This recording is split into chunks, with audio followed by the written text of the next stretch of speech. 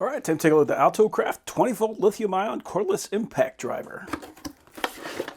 So there's the tool. Looks like it comes with a battery already attached. We do have a rubberized grip on here, which I always like seeing it. It looks like it is also, yeah, it's kind of rubber protected all the way around. Very nice feeling grip.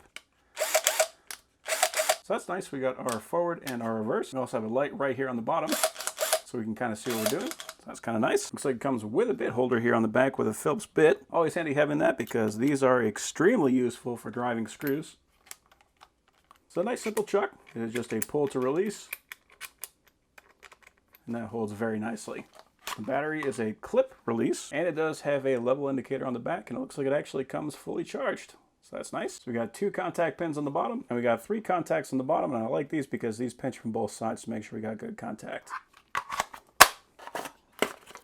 So I like this. This is a nice compact charger. Something like this, you're gonna be able to fit in a tiny area and not have to worry about it taking up a lot of room. So you can see we got guides right there on the sides, and that will begin charging. Looks like we got a couple of LEDs on here too, so that's nice. We also have, oh, that's cool.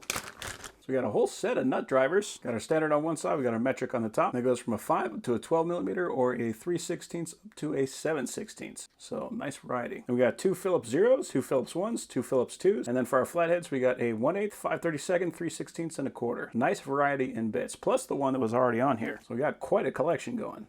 So that's good. The one thing I do really like about this one is it does have a variable speed. So if I pull the trigger a little, you can see it doesn't go very fast. And if I hammer the trigger, then it goes full speed. So that way, if I need to be a little bit more delicate, I can actually do that with this. We also have this little clip right here. So if we want to, we can take that, drop that in, and it came with this screw, thread that in. So if we're working and we need to use both of our hands, we can just take this thing, flip it over, put it on our belt loop whenever we need it, just pull it out and use it again. It says the no-load speed goes up to 2,700 RPM, and the max torque is 1,060 inch-pounds. So that is not bad at all.